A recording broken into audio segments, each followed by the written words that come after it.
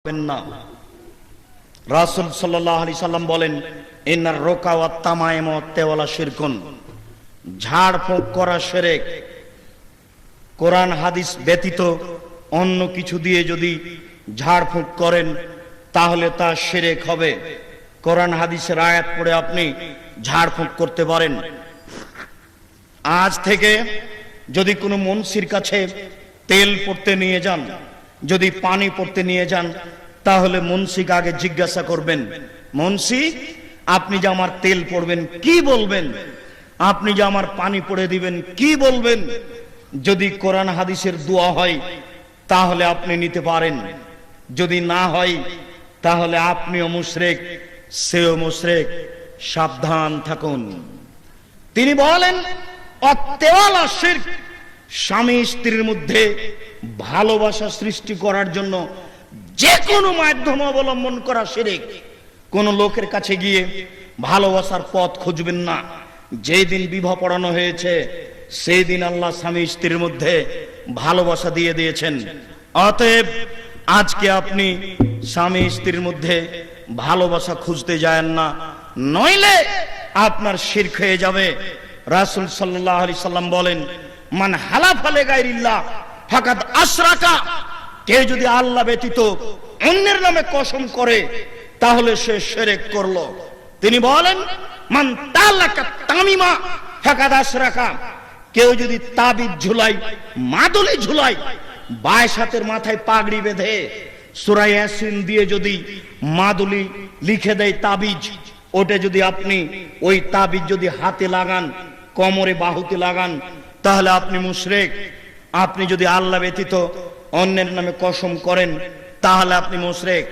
রাসূল সাল্লাল্লাহু আলাইহি সাল্লাম বলেন, মান আতা আরফান, কেউ যদি গণকের কাছে যায়, ফাসালানহু আন শাইন, তাকে যদি কোনো কিছু জিজ্ঞাসা করে যে আমার এটা হয়েছে, টাকা হারিয়ে গেছে, একটু দেখেন তো, রাসূল সাল্লাল্লাহু আলাইহি সাল্লাম বলেন, লাম তুকবাল লাহু সালাহ 40 লাইলা, 40 দিন তার ইবাদত কবুল হবে না।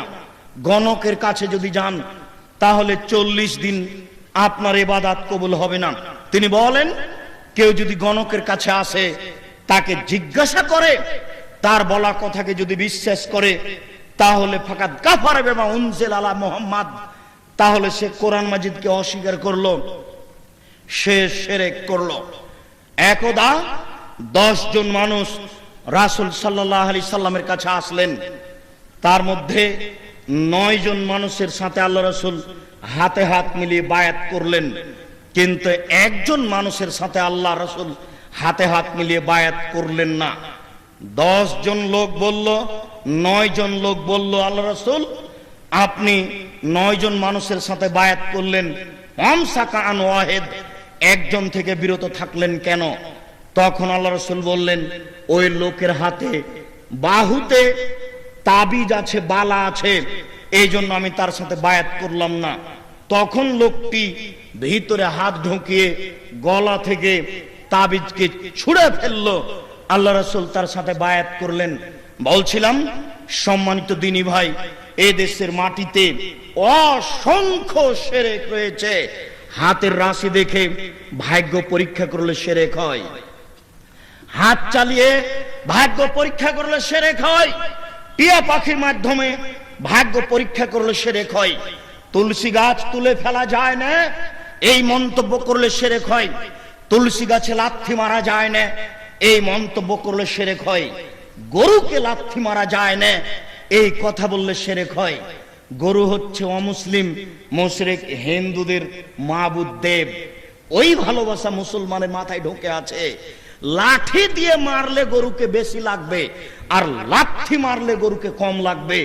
অতএব লাঠি দিয়ে মারার চেয়ে লাথি মারা ভালো। বুঝতে পারেন না কথাটা?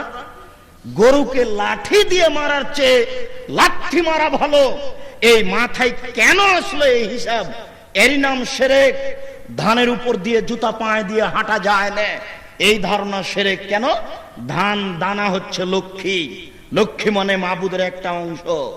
এই জন্য ধারণা হচ্ছে ধানের উপর দিয়ে হাঁটা যায় না, জুতা পায়ে দিয়ে, এই ধারণা হচ্ছে শিরক।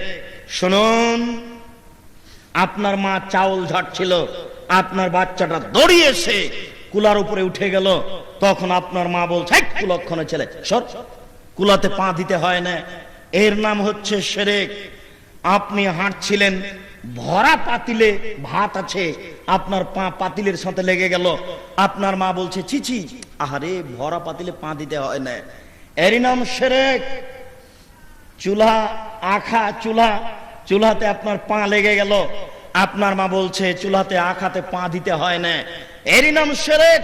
ড্রাইভার ভালো তাই বাচ্চা বেঁচে গেল, এই কথা বললে শিরক হয়। ডাক্তার ভালো তাই বাচ্চা বেঁচে গেল, এই কথা বললে শিরক হয়। মাঝি ভালো তাই নৌকা ডুবলো না, এই কথা বললে শিরক হয়।